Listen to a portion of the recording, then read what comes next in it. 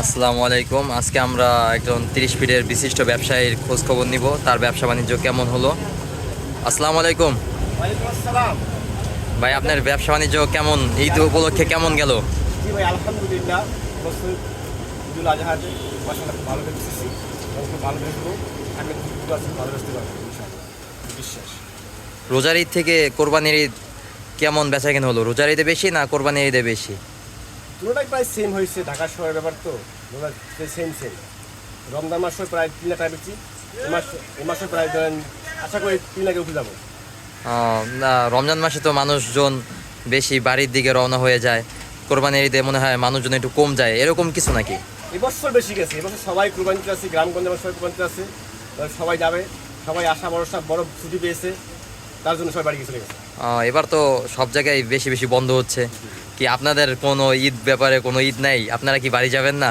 আমরা ভাই সেবক, আমরা হলাম সেবক, আমরা লোকে মানুষের সেবা করি, আমাদের যাওয়া ঈদের পরে। ও আচ্ছা, আপনাদের ঈদ এরকমই কেটে যায়। জি জি জি। দেখছেন, এরকম বহুত দোকানদার আছে যারা ঈদ এরকম দোকানেই করে। ফুল ফ্যামিলি নিয়ে কি বাড়ি যাবেন নাকি?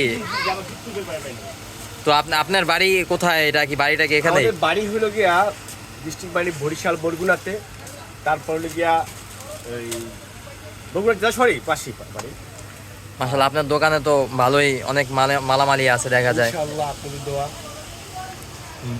এই পাশের এটাও কি কসমেটিক্সও কি আপনার নাকি? জি জি, এটা কষ্ট একটা আগে ছিল, এখন আমাদের মুদি বানিয়ে ফেলছি।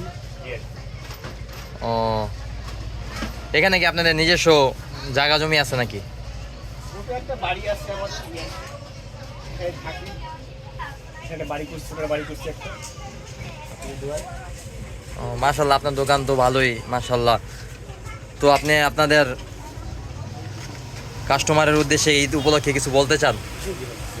বলেন। সবাই সুস্থ থাকুক, ভালো থাকুক, সবাই সুস্থ হয়ে আবার ঢাকা ফিরে আসুক, শুভকামনা। আসসালামু আলাইকুম।